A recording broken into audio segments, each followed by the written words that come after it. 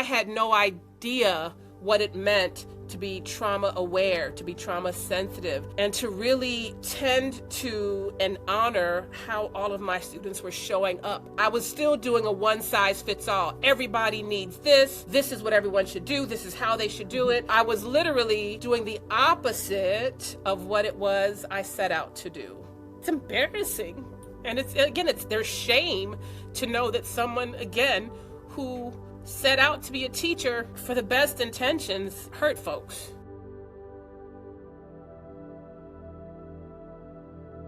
I mindfully listen to them. They'll come up and just tell me things that have absolutely nothing related to what we're doing in school, because they know I'm going to sit, I'm going to make eye contact, I'm going to listen to whatever it is. And when they're finished, I will do my best to literally restate what they've said.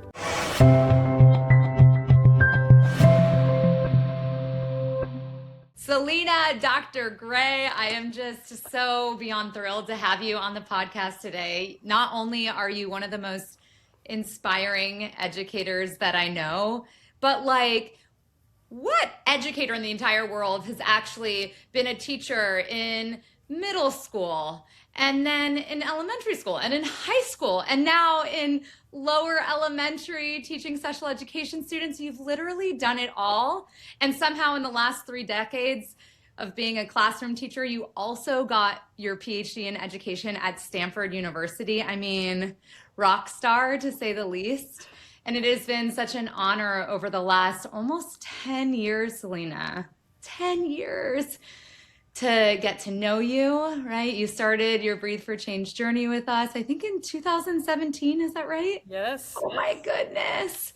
And took our training. And then since then, I mean, there's been so many roles you've played, from being a mentor to a faculty member in our master's program to so many other things. And I just feel like above all, you've become such a dear friend. And I am so excited to be here having this conversation with you. So, I mean, I would love for you to just start and, oh gosh, your story is so inspiring. And I know that you coming to Breathe for Change was such a pivotal moment in your life personally and in your career professionally. And I would love for you to just start there. Like, what was your journey towards arriving here where we had this beautiful opportunity to connect? Thank you, first of all, for that really just generous, lovely, compassionate, wonderful intro. I appreciate that. I love you. My journey to Breathe for Change, it was a journey to get there. And it's a journey that actually started before I even finished, I'd say middle school, actually. I didn't know where I was going to end up. But I know that I struggled a lot as a young person, as a child, as a teenager, with my mental health. I was emotionally dysregulated all of the time. Of course, didn't have the language, didn't know what it meant. I didn't know what trauma was. And so much of my life, I just thought something was wrong with me, right? Something was broken in me, something needed to be fixed. And so in my early teens, I actually started a journey to just try to fix what I thought was broken in me. And as I moved forward and got the help, the healing, my language changed from something is wrong with me to things happened to me, right? I saw things, I experienced things, and my body was doing what it needed to do. My mind was doing what it needed to do to keep me safe. And sometimes in the mind of a child, things that keep us safe can actually cause additional harm, can actually be dangerous, can be bad for us. But they're survival mechanisms. And so as I continued on that journey, right, to fix what was broken, the language changed to, as I say, what happened to me. And I was very fortunate to literally read books, to go to faith places, to meet people of faith, to meet people who were into all kinds of other modalities of healing, be it naturopaths, be it spiritual folks. And so naturally, the journey led me to somatic movement, specifically yoga. I had a lot of friends who were practicing asana, and I became a teacher. Part of my healing journey was I wanted to be a teacher because school was a safe place. I was a horrible student, but I wreaked havoc. Change But that language, Salina. You weren't a horrible student. I was safe, right? But I wasn't really locked into learning again because I was wrestling with just the parts of myself that were hurt and harmed. And so doing well in school was really not something I was concerned about, but I liked being there, the social engagement, the social relationships. And so once I became a teacher, I met students who reminded me of myself, who I could tell were angry, who were frustrated, who just really were not into school, but they'd show up every day, but they wouldn't necessarily do the work. And so I started to kind of map my journey alongside theirs. So as I was doing things outside of school for my personal healing, I would bring it into the class. So once I took a couple of yoga classes, I'm like, oh, I'm going to do yoga with my kiddos.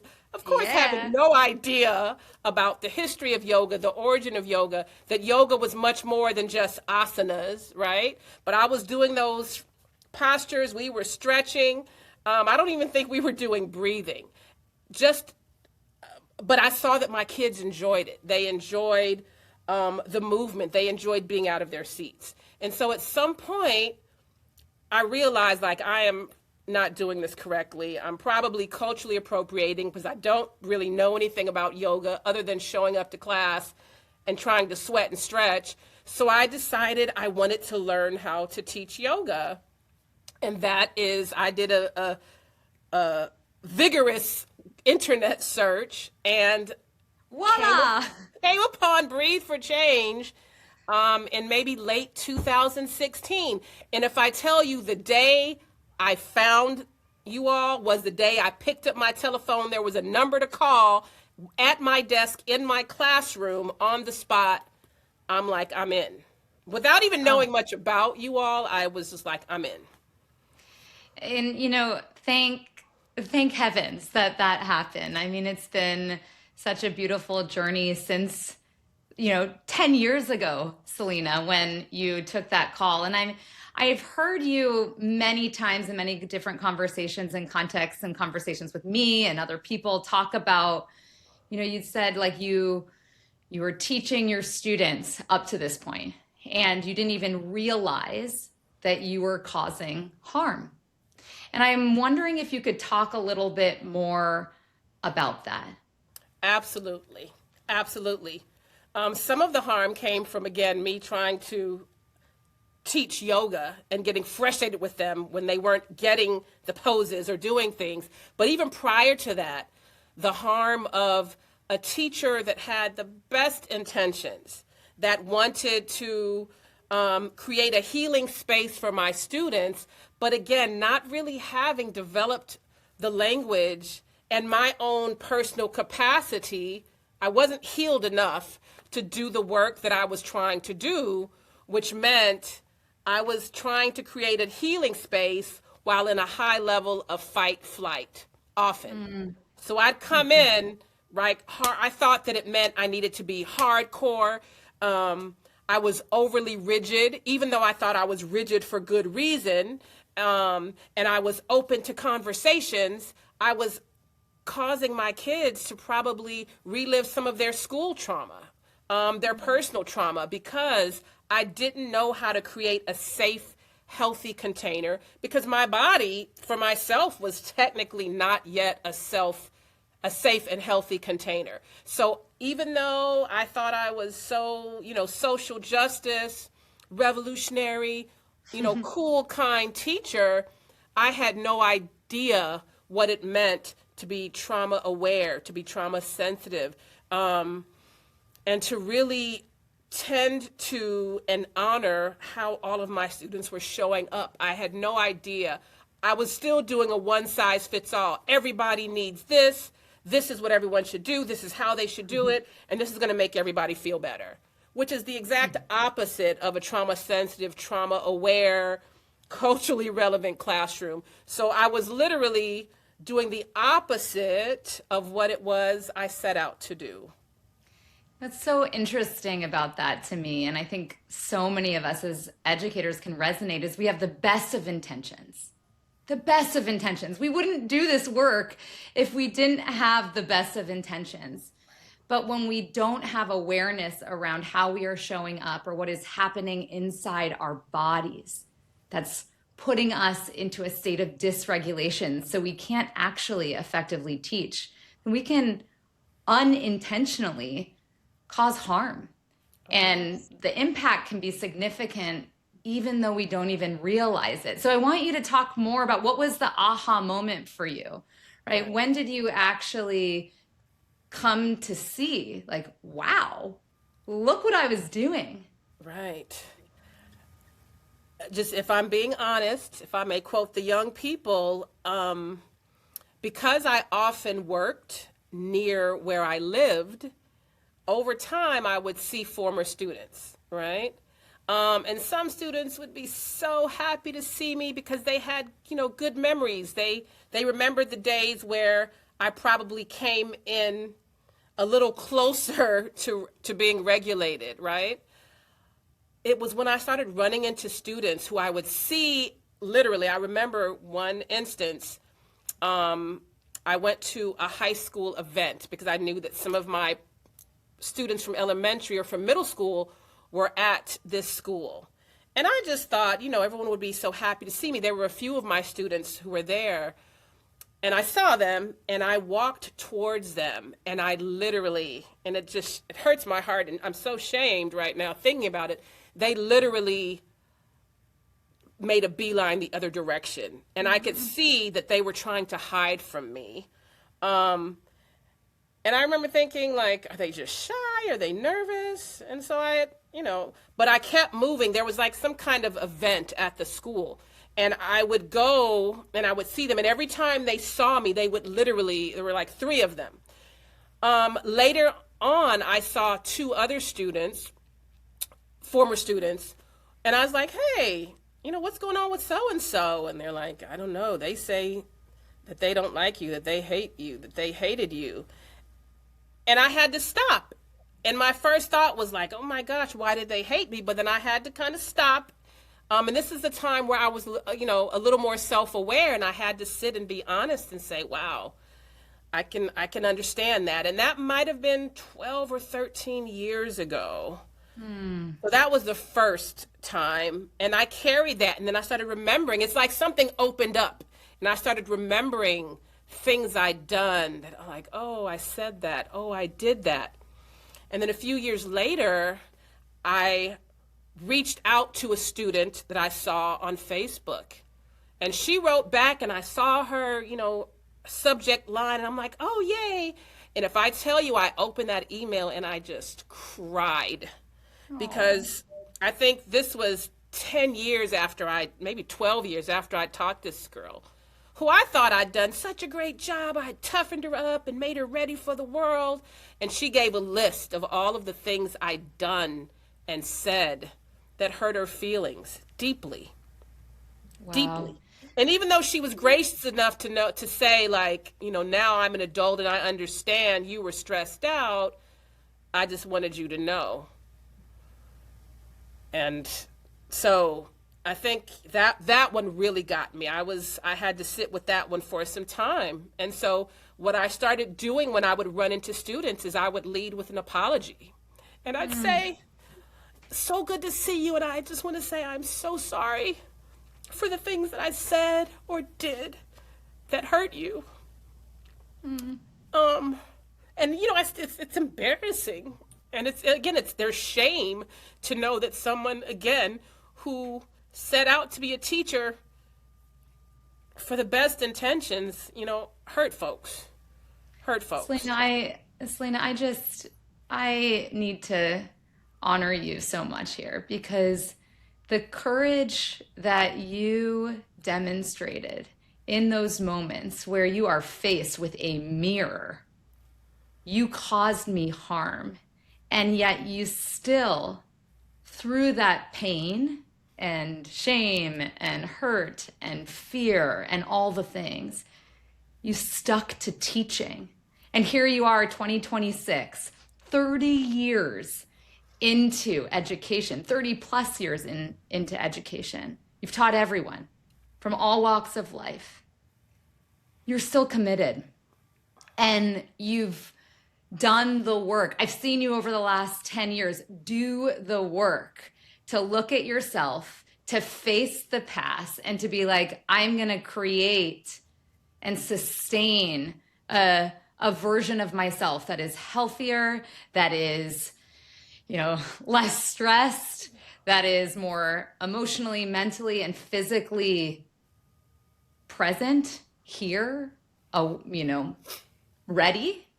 And I just think that's so inspirational. And I am positive that every educator who's listening has some sort of story like that. And so thank you for being so vulnerable and sharing that. It's profoundly beautiful and such a gift, because as educators, we are constantly forced in some way to have to be the people that are taking care of everyone else and everything is fine. And we can just, it's like everything gets bottled down, pushed down, and we just got to keep going because we have too many to-do lists to check off, too many tasks to complete, too many responsibilities to uphold. And so, thank you for just being an example of just letting it be released from you. And I think that's so freeing. It's freeing for me, and I'm sure for so many people. So I love you. And I'm so glad that, you took the next step in the face of that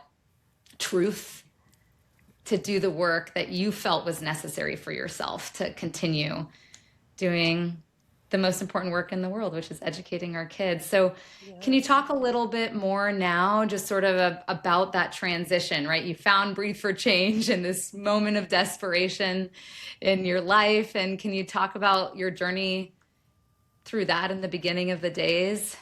Absolutely. Again, hindsight is 2020. So much of what I'm saying is my post reflection. But even when I made that call, right, initially there was this humility of, I want to join the program so that I can learn to teach students yoga, to help them be healthy and regulated. Little did I know until that first day, I remember, and those initial reflections and conversations, and I'm sitting there and I'm just, something broke. There was a deep excavation that had nothing to do with my students. It had nothing to do with my practice, but everything to do with me and how I was showing up places, how I was showing up for myself, how I was showing up for others. And so the most profound, albeit I got selfish. I moved through the program initially. That transformation of self, I really, really resonated, because even with the work I'd done up to that point, and I'm talking, I was at that point 12 years ago. I mean, I was in my early 40s, so I was not young per se. I'd been teaching, and doing the work, and there was still, I realized, so much work to do. And once I got through that transformation of self piece that was so crucial, it was literally like the veil had been lifted, the clouds dissipated, and I felt reborn, honestly. And it was almost like waking up from a coma, realizing that I had been kind of walking as a zombie. I was the living dead. I was high functioning, so I was very proud of myself to realize, woo, you did all that even with all that you were carrying. But it was such a relief. I literally exhaled during that training.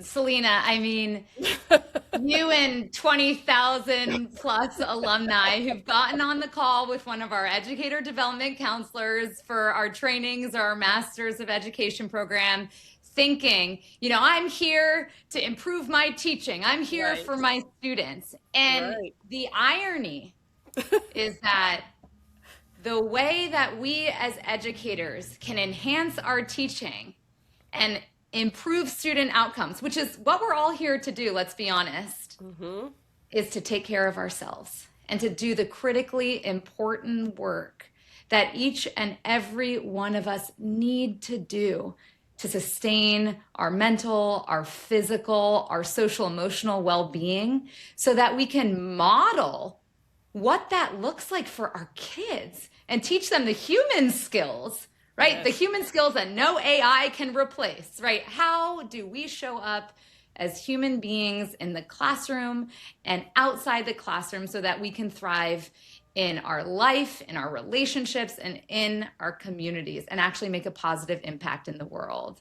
And so it's that transformation of self, right? It gets everyone at every moment. I know exactly what you just talked about. It's like I'm pinpointing the moment. We guide you through a meditation. We have you do a body scan to kind of check in with yourself. And you are looking at, like, where am I, and am I not taking care of myself right now? And you actually have to confront that. And then you shared with other educators, you know, where are you and where are you not taking care of yourself right now? And it's in that moment, which educators don't get in community, especially. Right. It's like that aha moment, like, I am not okay. Right. And then through that, then we ask you, so what are your intentions for yourself and your well-being? Yes. And how important is that for educators, right? If we don't take care of ourselves and we aren't sustaining in this profession, why do you think, where 50% of educators are leaving teaching within the first 5 years? It's because of this. We're burning out fast. Yes. Absolutely. And it's wild. Salina, do you know that over the last year, the research showed that teaching is the #1 most burnt out profession in the United States of America? Mm. But it doesn't surprise you, right? Right. No, it doesn't actually. It does not. Yeah. It does not. I did So- a workshop recently with scientists, I think, or science teachers in the Bay Area, and I shared the data. Different professions and burnout level, and they were all shocked. They were shocked.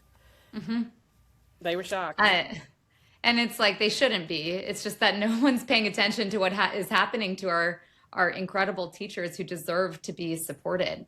Right. So, Salina, get more specific for me and all the educators here, right? You went through this transformation. You had this aha moment of like, wow, I've been numb. I haven't been taking care of myself. I'm ready to kind of be reborn and move forward in a different way. What behaviors changed in you? How did you show up differently? What was the impact on your students and in your relationships and with your colleagues, et cetera? I want to know. Love it. And again, I'm still a work in progress, folks, but We all are it forever. was just, I mean, I want to say it was like night and day. And I'm going to say with my students and colleagues. And I know this because, again, for whatever reason, and I'm grateful that people from my past, they will cross my paths at random times. It used to be students a lot. And then there was a point during the Breathe for Change and sort of post Breathe for Change where it would be former colleagues. And once you open up and start excavating and you do it and you get comfortable and you increase your capacity to excavate without being pulled under and covered in broken piles of cement, then I think you have more opportunities to make amends. If that's where I think my intention was making amends. Breathe for Change, that transformation of self, a big part of that, and I'm just even saying it, was making amends with myself. It's one thing to sit and list, all of the things that I did wrong and could have done differently with my students. As a parent, as a friend, I can say all the things.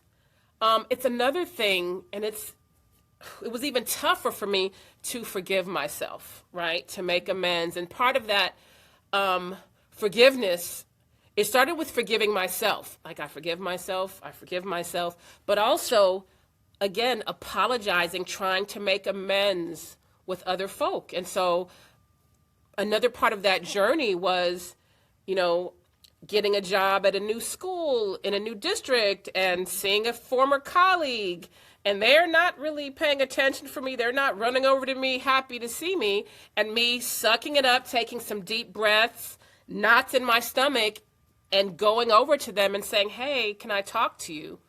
And, you know, bumbling through the words, not knowing exactly how to say it, but knowing and remembering ways that, you know, I would show up in relationships with adults, my colleagues and my administrators. And again, like it was the apology tour.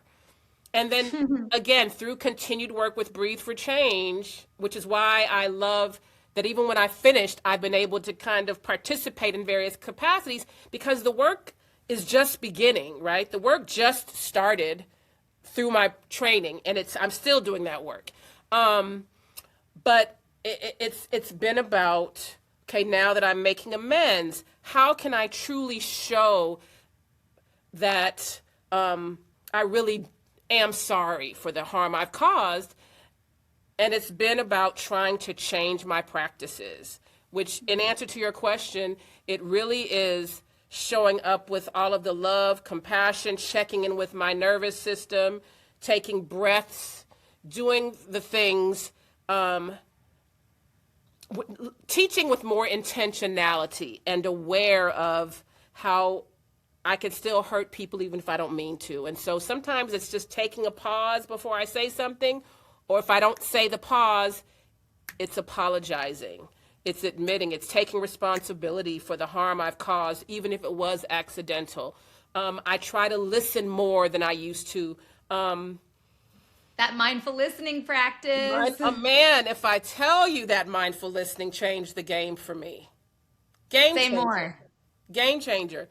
Because I was if you tell me something, and I still struggle with jumping in. I jump in, and then I have a You solution. and me, friend. I always have an answer or solution, or did you try this? Giving lots of unsolicited advice and commentary never occurred to me prior to Breathe for Change, that sometimes people just want and need to be heard. They don't need you to fix them. They don't need you to fix their problems. They don't need your advice. And Breathe for Change, whew, those minutes of listening without commentary, without your opinion, even after not saying, you know, oh, tell me more about this thing, or did you try this? Just really creating a space where folks can be heard. That has been, I think, the biggest game changer for my practice, because it allows me to really be more mindful, to try to see people, to listen to people, not to try to change them or control them, but just to give them space to be heard. Because I do believe, and again, the work and Breathe for Change, that we have the answers within us. We just got to be able to get quiet, listen, be with ourselves, and sometimes be with others while we're being with ourselves, which means other folks need to just, you know, create that mindful listening space for us. Oh. And for those of you who are listening, who are like, what in the world is mindful listening? So like Salina just said, so often when we listen, or I should say in quotes, when we think we're listening, we're actually totally not.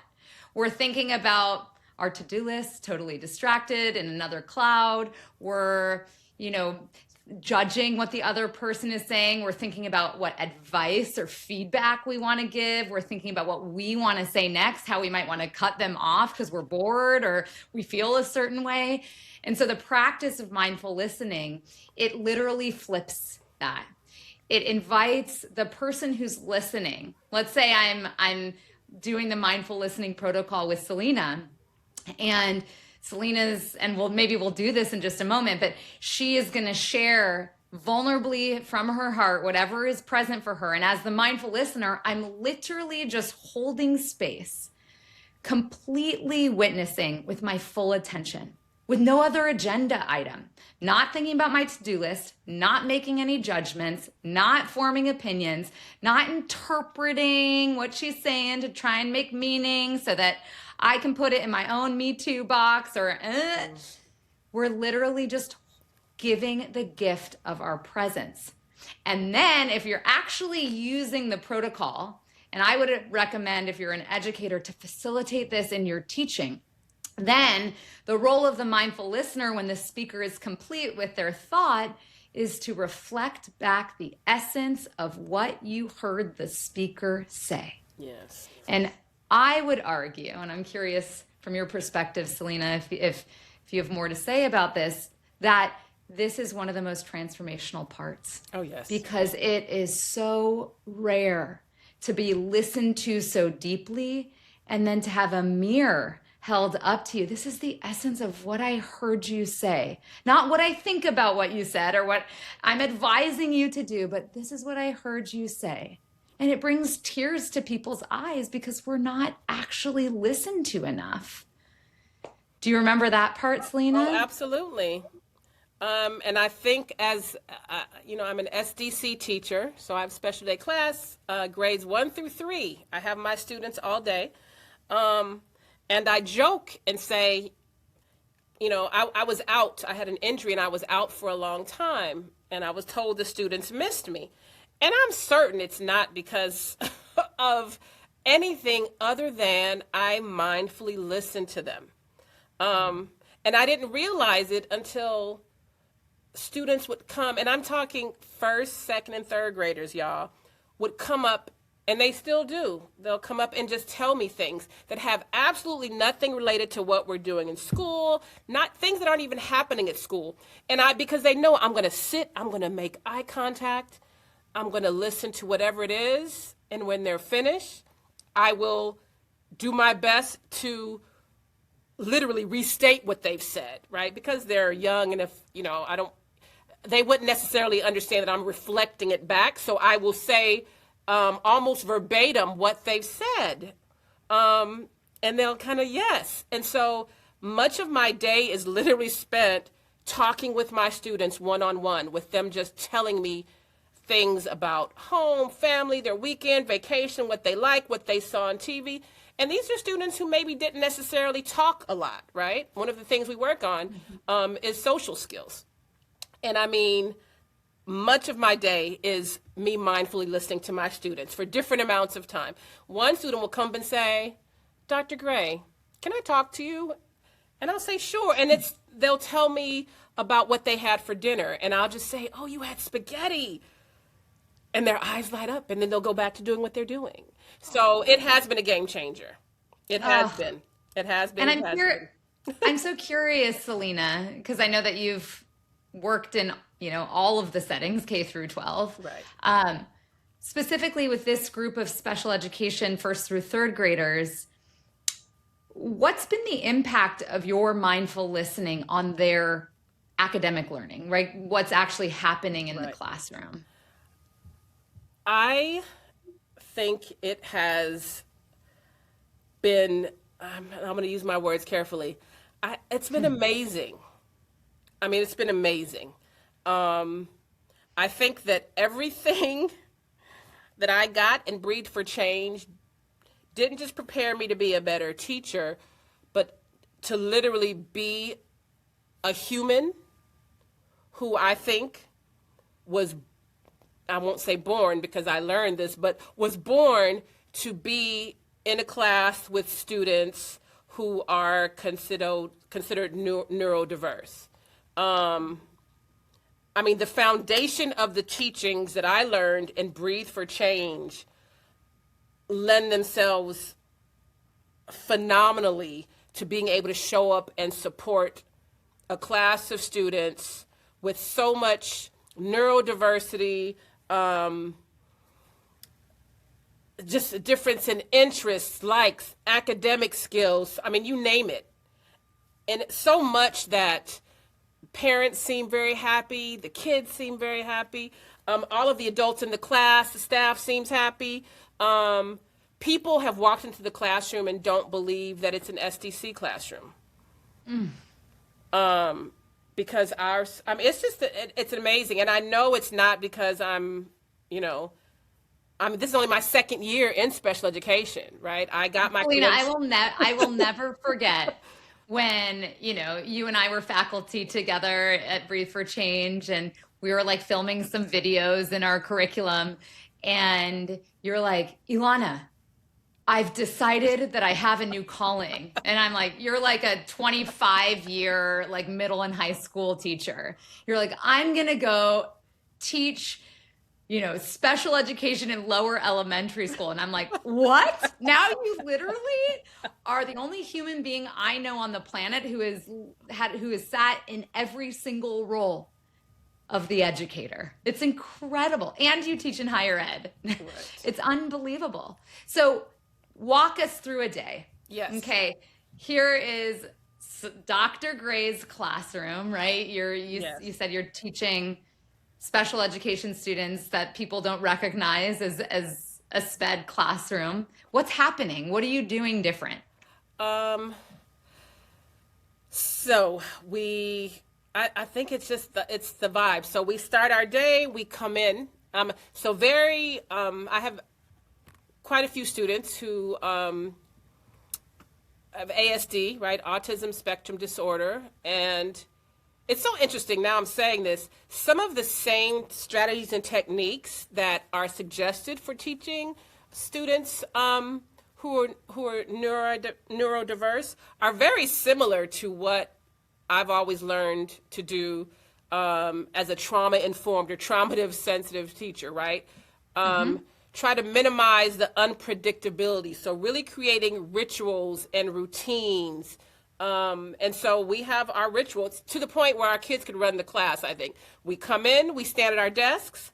One of the students has a role, and their role is affirmation. And that child every day for a week makes up an affirmation. And the affirmation is some version of we are brave, we are smart, we are brilliant, we are beautiful.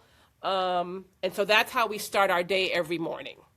Then we unpack. We do a greeting every morning. So the morning is all about social engagement, positive affirmations. Then we have morning tub time, which I do believe play is, play-based learning. Morning tubs, we have Legos, we have magnetiles, magnets, we've got puppets, Rubik's Cubes. And so we spend 20 minutes every morning before we jump into academics where the kids get to play. But if you could see the play, to hear the conversations that happen, they're talking, they're having fun. How are you? What are you doing? What do you like? Look at this. Did you see that movie? Again, these are first through third graders who are building, who are working together, who are collaborating. And then we have a cleanup song and they work together and we clean up. We do calendar and we have a student who takes on lead for each of these roles. Someone leads us in calendar chants. Someone else leads us in skip counting by math. They do pair shares where they talk about different things from what did you do this weekend, what's your favorite food. So really pushing the social piece a lot. And and we know we can do hard things. And so we also have a very rigorous schedule. We do math, we do writing, we do phonics, we do reading. My kids can sit 20, 25, 30 minutes and work on one task. Unbelievable. In a world where people often say the goal is if we can get them to sit for 15. They've sat as long as 45 if I've needed them to. I have a question for you. Yes. So this is extraordinary, and your kids are sitting for longer than the average student is sitting, which is literally extraordinary. So how are you enabling that? What are you doing? Are you, I know that you're so connected to the somatic element and thinking Right. about regulation all the time. Are you having brain breaks? Are you using mindful movement? Are you doing breathing practices? Like, what are you doing so that they have the capacity to focus in that way? Yes. Giving agency. And again, thank you, Breathe for Change, for getting me used to the idea that it's okay for kids to have agency. They're not many adults. They're not to be controlled. They have bodies. Their bodies need to move in the same way that we do. So students have the right, the freedom to, if they need, take a break. Initially, kids would take breaks frequently. Now they don't take breaks as much because I also I use brain breaks. We have movement breaks. We've learned some breathing techniques. We have a beautiful rocking chair right here that is available. We have squishy mellows that they can rest with. So really paying attention, encouraging them to pay attention to what their bodies need. And I think that's really the game changer for me and for them. Early teaching, first 20 or so years, it was, this is a schedule, this is what you do, you stay in your seat, you don't get out of seat until I tell you to. Doesn't matter if your body is telling you that you need a break, this is what we do. It was very militaristic. Now it's, what does your body need? If your body needs to go lay in the library, you do that. If your body needs you to go get water, you can get up and go get water. If your body needs to go sit in the rocking chair and rock for a little bit. And so it really is encouraging them to have agency, because how else will they trust themselves if we don't teach them to trust themselves? If we're constantly encouraging them to go against what their body, their mind is telling them, because this is what we say needs to happen, then I think we're setting students up to not be able to advocate for themselves and their needs and their wants when they get older.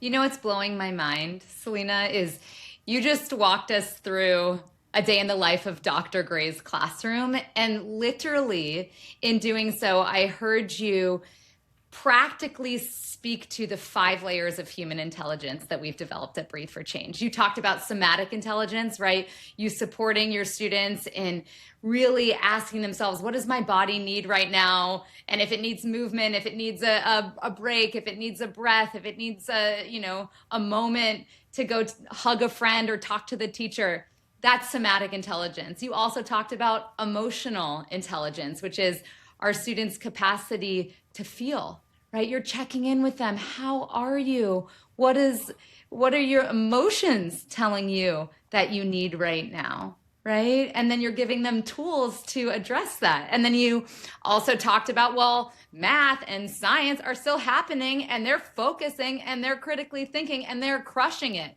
That's cognitive intelligence, right? And then you're able, because of how you're teaching pedagogically, to have them tap so deeply into their creativity so they actually care about what it is that you're teaching.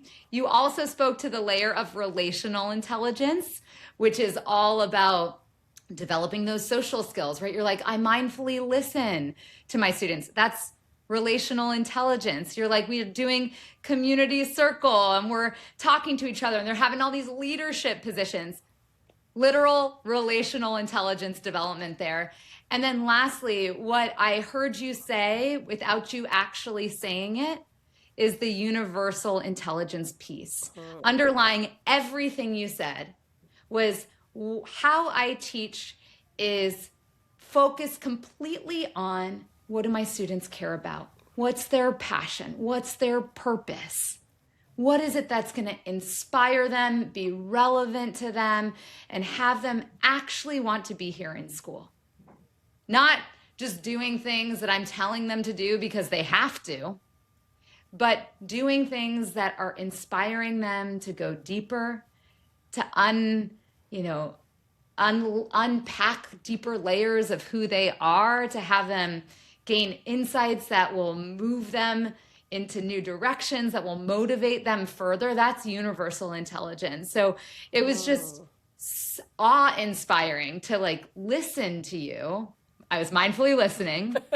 And then to literally hear you just walk through every layer of human intelligence. And really in our Masters of Education program, which you're a faculty member of, it's like, that's what education is all about. It's like, how are we supposed to teach them math and science and literacy and have them do well on tests if they aren't okay in their bodies and their emotions and their minds? Right. There's no way. And if they don't care about what they're learning, no chance. We've got no chance. Right.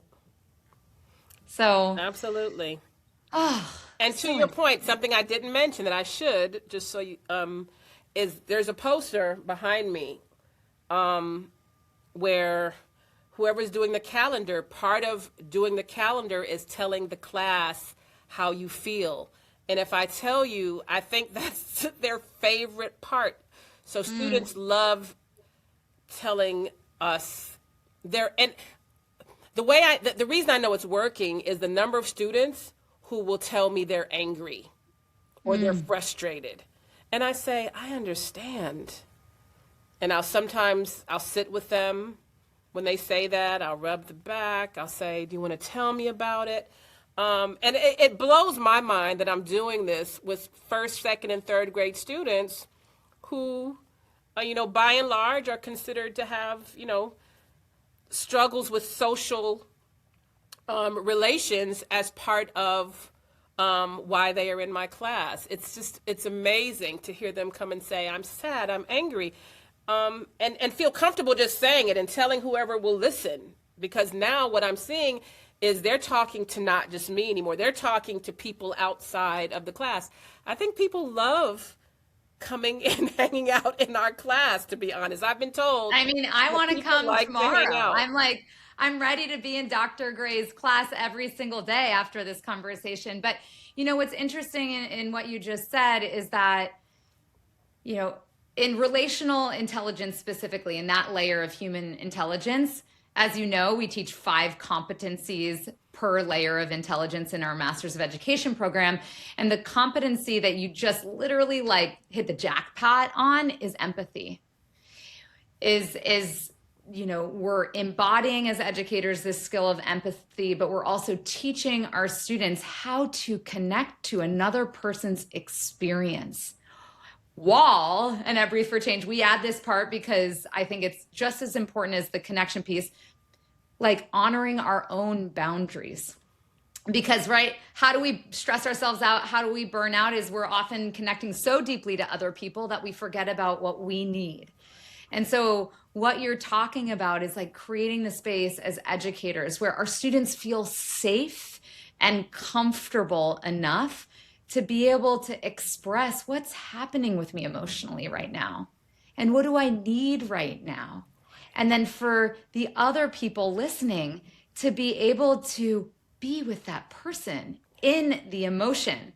And as our dear friend Brene Brown says, and I just love this, is it's not about us stepping into the shoes of someone else's experience. I will never, ever fully understand your experience, Salina, of what it was like to be an educator in your body.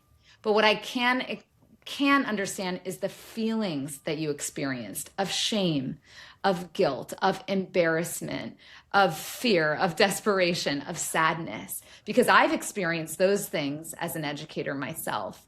And so empathy is really about connecting to the feeling that someone else is coming to you with, not to their exact experience, because you will never live that experience or be in their shoes, but that you felt that thing. And so if you can connect to that experience that you've experienced in your past, then you can really understand where someone else is coming from. And you're teaching that to first through third graders. And I know you've done it with middle schoolers and high schoolers and college students and adults too. And I'm just curious, how have you seen this type of pedagogical approach and also way of being impact people across all the age range of students and diverse community members that you've supported? What's it been like to literally just be this person who's sharing, what you learned at Breathe for Change with all these different communities over the years? It's been lovely. Even just as recently today in my class, and again, I'm not going to say I can take all of the credit for how students are showing up, but I know that I do my best to model that empathy, model support. I'm kind of always up, moving around and ear to every conversation and the movement. And I'm, everything is a social story. We're social storying. Everything is a social story in here. But today there was a student who did not want to do the reading they needed to do. And so that meant in our class, if you don't do that, final read that we do, that means you don't get your afternoon tub time.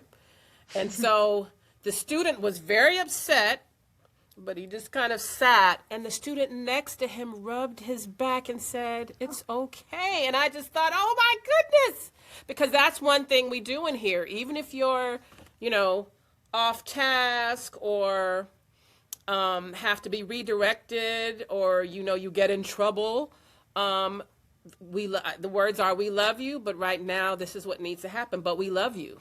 We love you." And so trying to model to students that we are not going to antagonize someone who's in trouble, that we don't get to, make fun of, harass, be unkind. In fact, we're going to be more kind to people when they are upset or hurt or frustrated, or maybe they got in trouble, or, you know what I mean? And so to see that just today was just so lovely. It was just very sweet. So with the littles, it's a lot of, they're in their feelings. It's, I miss so-and-so when they're not here, and where is so-and-so? And one student will ask me often, "Dr. Gray, are you okay?" Because I'll get a sort of look, if my tone changes. "Are you okay?" "It's going to be okay, Dr. Gray." So that's what it looks like with the littles.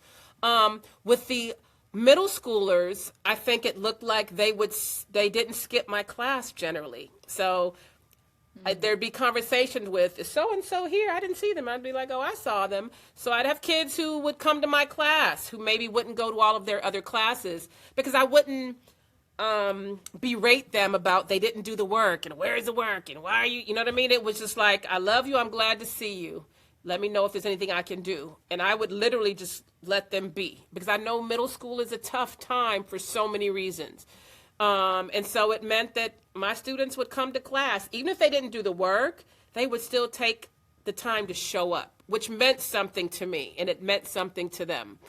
Salina, obviously chronic absenteeism is such a huge issue across the United States, especially after COVID has hit. Yes. And I'm not sure if you know this, but we actually did a research study with a district who had graduated 50 educators through our trainings program and Masters of Education.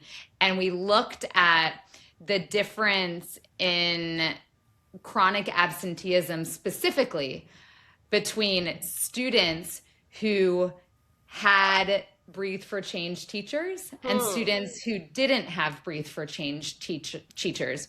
Wow. And what we found was that there was a 15% reduction in overall chronic absenteeism amongst students who had teachers who were implementing these types of practices that you are. Wow. Because of their experience in Breathe for Change. And I will never forget when I heard those results. I was sobbing, because it's like, y'all, doing these things makes a profound difference, not only in student outcomes, but also like in whether or not students want to be in school, and whether or not they show up in school, and how in the entire world are we expecting our students to do well academically if they don't want to be in school and if they're not coming? Exactly. We can't.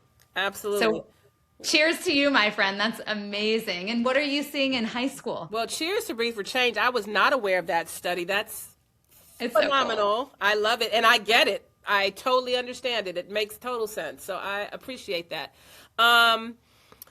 With the college age crew, since finishing Breathe for Change, I've done middle school, undergrads, grad students, and elementary. So I can say same thing with the undergrads. Some of my classes, well, all of them actually have been on virtually.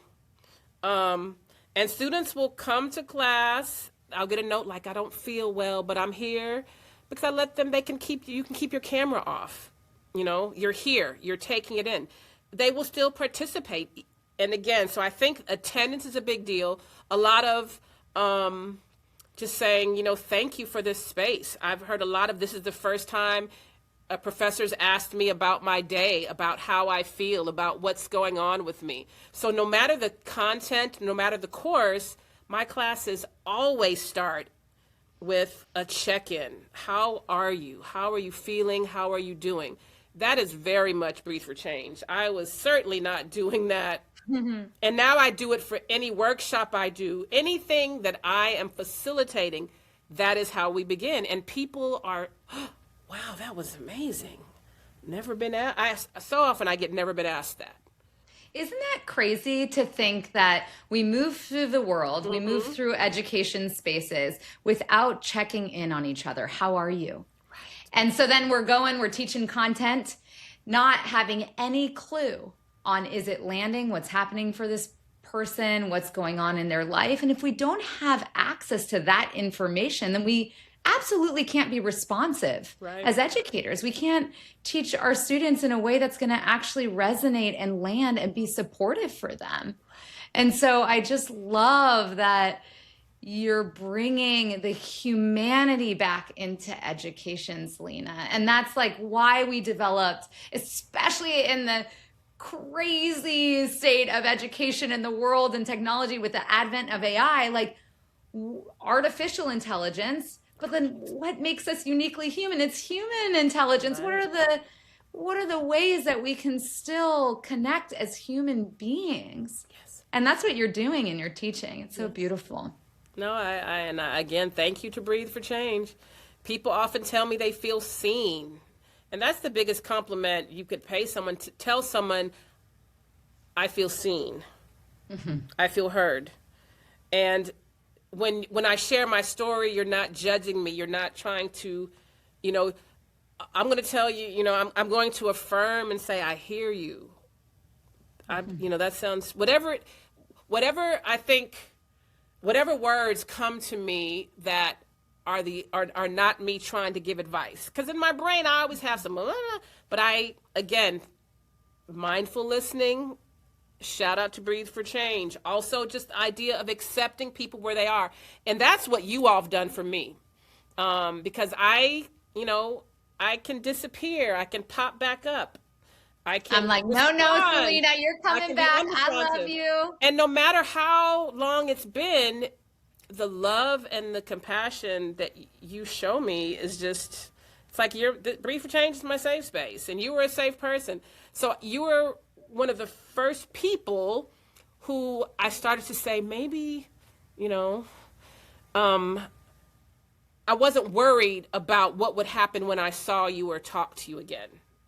And now because of that, I'm like, well, I'm kind of comfortable. Like, if you haven't heard from me, you should be like Ilana. Ilana doesn't trip. She's always very empathetic and compassionate. And I think that's how I try to be with folks, because I am very quick to block, cut off, delete. And so this journey for Breathe for Change has been central to me really working on not being so quick to cut off, block, and delete. And if only if I'd done Breathe for Change 5 or 6 years earlier, there would be so many friendships that I wouldn't have damaged, and family relationships I wouldn't have damaged, because I just was not able to accept people as they were. And I didn't know I wasn't doing that. I thought because I don't judge you, you can dress the way you want. Like, that's very superficial. Superficially, I was very accepting, but I wasn't deeply accepting, because I wasn't really accepting myself, because I didn't really know myself. I don't know if that makes sense. 100%. You just touched me so deeply, because, in creating Breathe for Change over 11 years ago now, it was always my intention. I had just this deep belief that what educators and ultimately our students need is just to have a space to be seen, heard, valued, and celebrated for who we authentically are.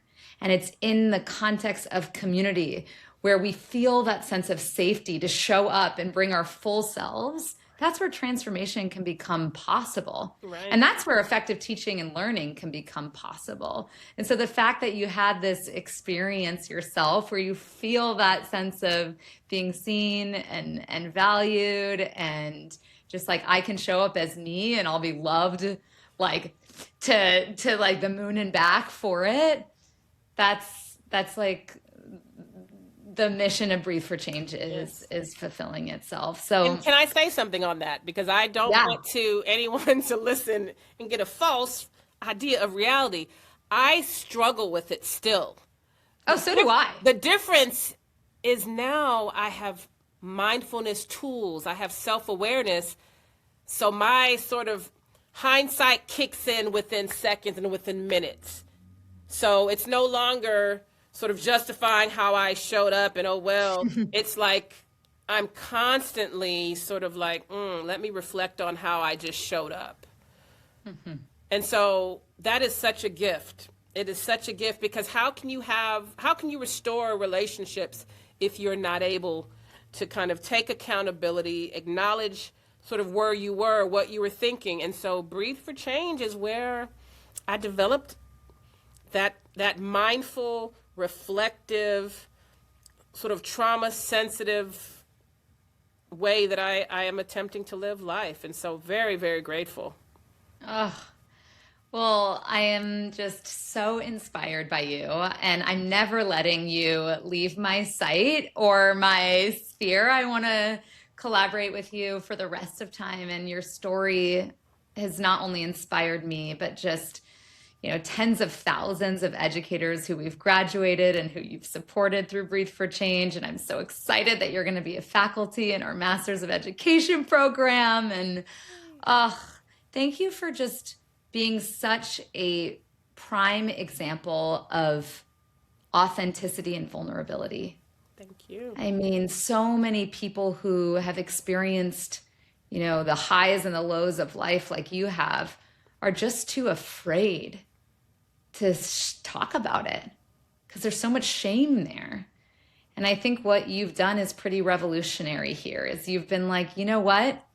Although I feel ashamed, although I feel guilty, although I feel embarrassed, although I feel, I'm willing, for the sake of humanity, to talk about it, work through it, overcome it, and then literally transform your life in practice as a result. And so thank you so much for being here. I am so excited for your students, for your communities, for Breathe for Change, that we get to continue to learn from you and just have you be an inspiration for all of our educators. And yeah, why don't you leave us with your final words of inspiration for the educators that are listening here? No matter, and this is something I'm saying this for me and you all, this reminder, this conversation has been good for me. Wherever you are on your journey is the beginning of your journey. And so that same beginner's mind, that same grace, that same compassion that you have when you know that someone is learning something new, please have that same compassion. Don't lose the compassion. Don't say, I've been doing this for 20 years. Every day is the start of a new journey. And so just keep that grace and compassion you had when you first started. No matter how long you've been doing this, we're all still beginners. We're still on this journey. And so just be gentle with yourself. As gentle as you are with the babies, please be gentle with yourselves. You are so beautiful, Salina. Thank you, Dr. Gray, for bringing your brilliance and your heart to all of us. And I love you. Can't wait to continue the conversation for the rest of our lives. Absolutely. You're the best. Thank you.